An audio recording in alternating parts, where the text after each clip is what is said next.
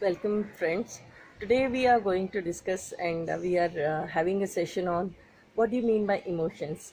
I am Professor Sunita Vandekar, welcoming you all, and I hope you will like this journey of emotional intelligence. Today we are going to cover in very short what do you mean by emotions. Basically, we all feel throughout our life different type of emotions, but we can't really relate with it. What do you mean by emotions? How it gets generated in our body, how we feel it. So it has three. Basically, it is called as a inner conscious state. Yeah, everybody has their own inner state. Out of that, if you say, it can be called as your own private experience. So one emotion give different feelings to different people at different times, maybe. And there are three theories basically which says what do you mean by emotion. The first says whenever there is a change in physiology, there is a change in psychology. So physiology and psychology, or psychology and physiology, both are interrelated. Activation of visceral bodily changes may be understood as emotions. Sometimes we say that our particular posture, our particular physiology, that means a way of standing, way of walking, way of sitting, may lead to certain emotions. Like it translates into our emotions. For example, if we stand firm, and if we have a very proper handshake, it means you are in a state of confidence. So our body changes may emerge as our emotions.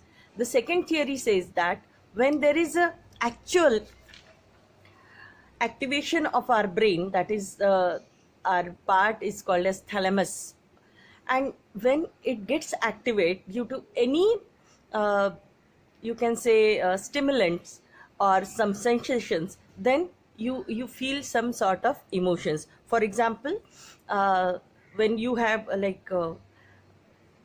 meeting somebody and you feel that you know that person, and you get the connection so easily, and you feel something is there to connect with that person, and that may be your brain activation regarding that. And then you feel the very sweet and happy emotions regarding particular product or man or some taste or so many things, or maybe color. And the third theory says, unless and until there is a cognitive arousal, that means you have something in memory, and when it gets aroused, stimulated, then only you feel the emotions. Like if you are feeling like knowing somebody, and it gives you feeling of satisfaction, or sometimes cognitive stimulant can be uh, great mood lifter, like your coffee, or it may be your snack, favorite snack, or you might be playing something, and you feel like wow, your body is getting light and you are feeling so good about it.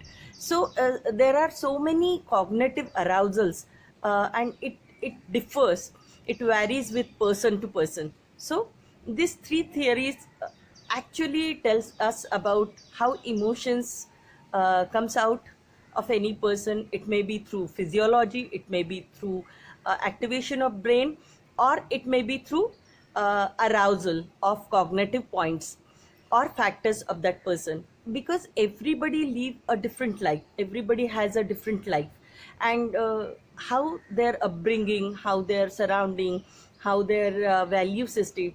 So for everybody, arousal may be different. Experiences of something which may be counted in mind or memory as bad or good may be different. So that way, everybody emotions varies with the same thing, with the same factor. Maybe the stimulant is same, but it varies for person to person. So let us understand this wonderful journey of knowing emotional intelligence with the first chapter, with the first you can say session on what do you mean by emotions. I hope you are liking this, and let us embark on the journey of discussing, sharing, and understanding the beautiful concept of emotional intelligence. I hope you like it. Uh, do share, subscribe if you like, and just keep associating with me. Thank you so much.